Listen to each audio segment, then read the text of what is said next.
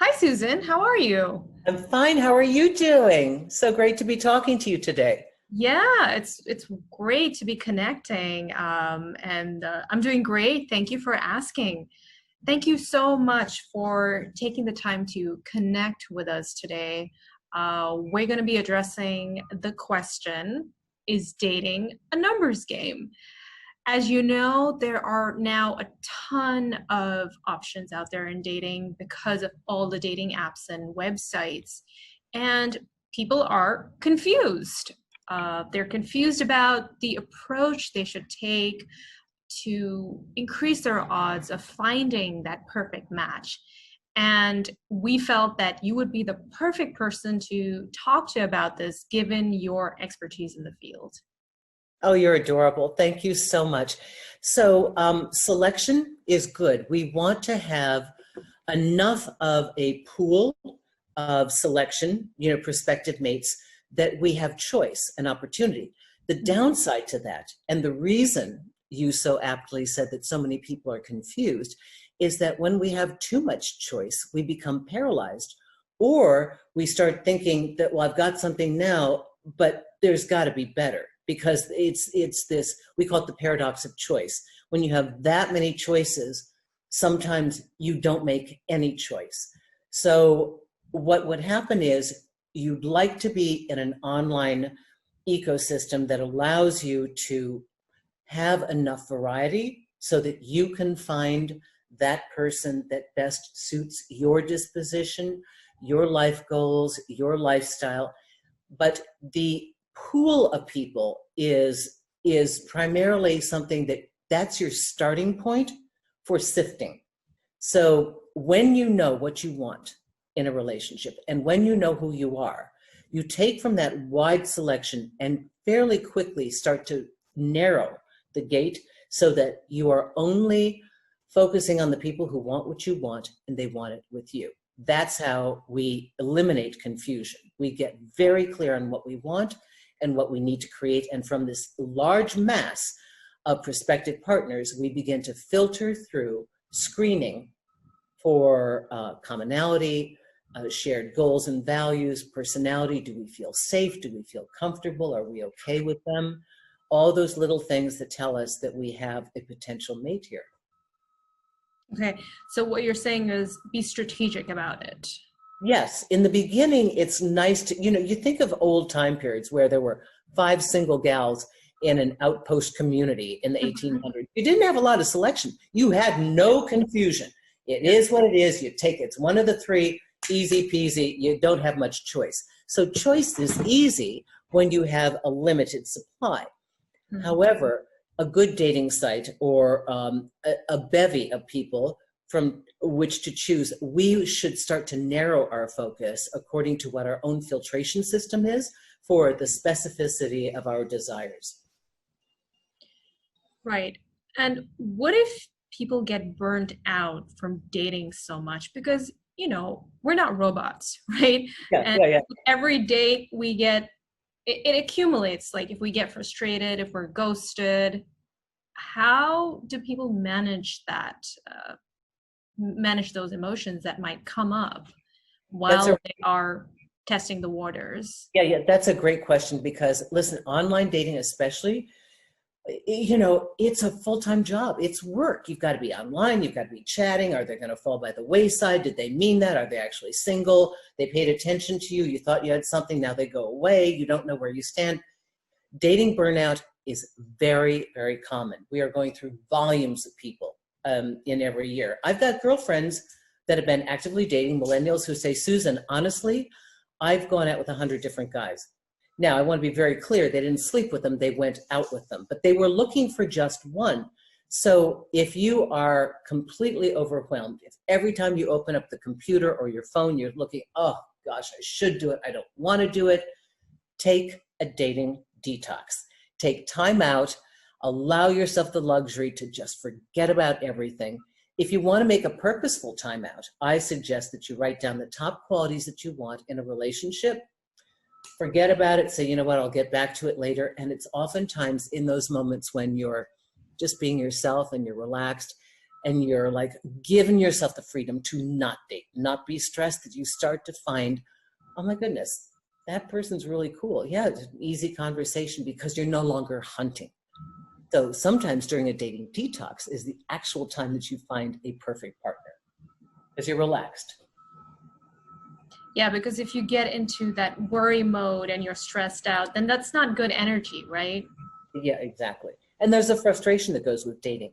Remember, it's the one thing that we keep applying our effort, and we don't know if we're going to get an outcome. And if we get an outcome, we don't know that it's going to last. So in most other things, you know, you work at something, you achieve, you succeed, you get to a certain level. In dating, it feels far more nebulous. It feels like, oh, am I ever making progress?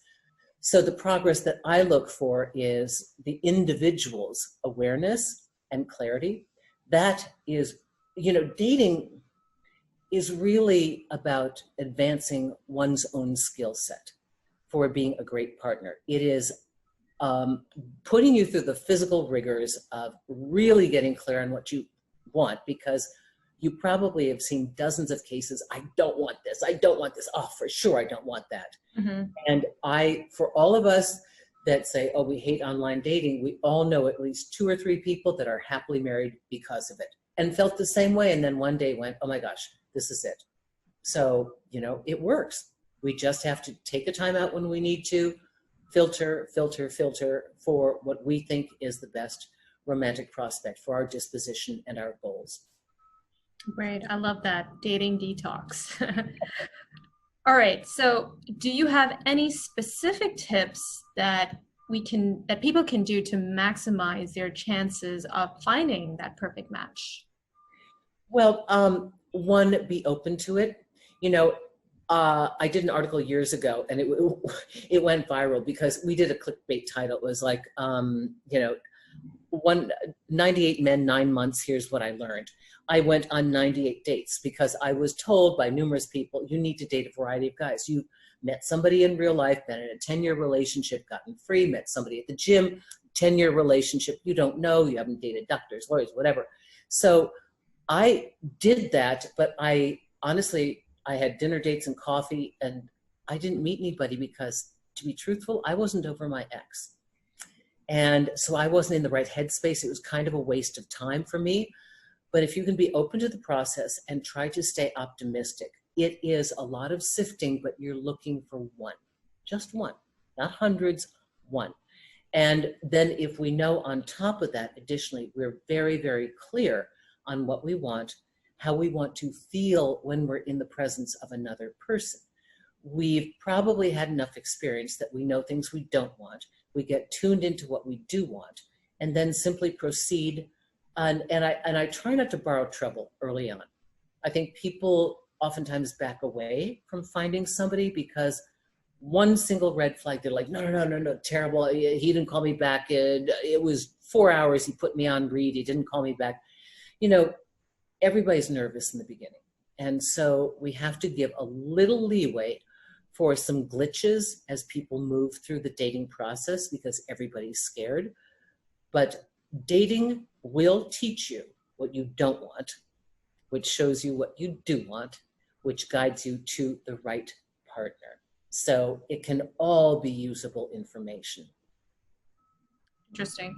And do you think it's better to go by how you feel or having that sort of checklist process? Because I know, or can we do both? Ideally, you do both. Most of us make a checklist, and when we find somebody enticing, we're just like, whatever, you know.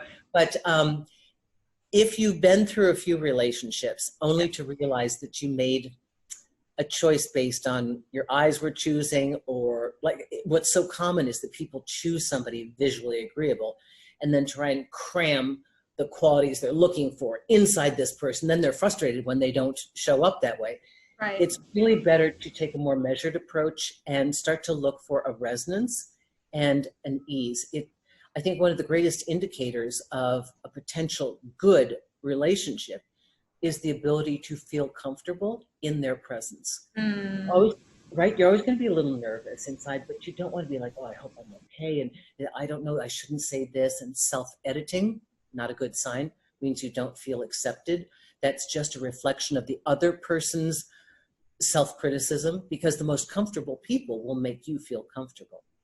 So what happens is we will only be attracted to what we want to be attracted to. And that's natural for us. We've got to keep calling up, as you said, it's both. We need to keep calling up, delightful, adorable, delicious, but you know, are they looking for a serious relationship? Are they looking for somebody that, you know, has my lifestyle? Do they understand me? Can they get behind why I do what I do? That's important. Day-to-day life, how would we function together? So these are important questions to ask, and they help you to clarify everything and get to that right match. Right. And that is a more mature way of dating, right? Yeah, it should be. I mean, ideally, when you're young, you dive in because you don't have a history of I want, I don't want. You don't know. You're a blank slate. You just dive in and go, oh, well, don't want this next time. So then that's all you've got in your list, right? Then you go, oh, and don't want that, and I don't want that. But then you should be adding up, when you're looking at your history, also add up the good stuff. I always tell my clients to make a list. When they look back at everybody they've been with, who's been an actual partner, make a list of all the things that drew you to them that were wonderful that you want to keep. So that's like the base for your recipe. If you're making a soup, that's your stock, right? Then the things that you see that, I can't be with somebody critical. It's just painful. I can't be with somebody that's constantly trying to monitor how I look so that they can look good to their friends, and that going out to the pool requires high heels and, you know, dieting for 4 weeks and eating a cucumber. I'm going to lose my mind. This is not the relationship I want, right? As my friend said, you don't want to live in a party dress every day of your life. Right. So start to use those things to compare, and it's like, then I say, take not just the painful thing, not what you don't want to experience. So I don't want to be tense. Make the positive statement in reverse.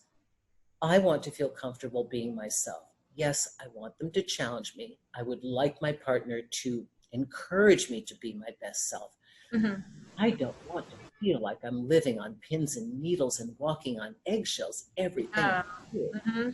So this is how we cement the positive that we know works, the things we like, and start to take the things that didn't work, flip them to their positive opposite, and get a really clear image of where we're going.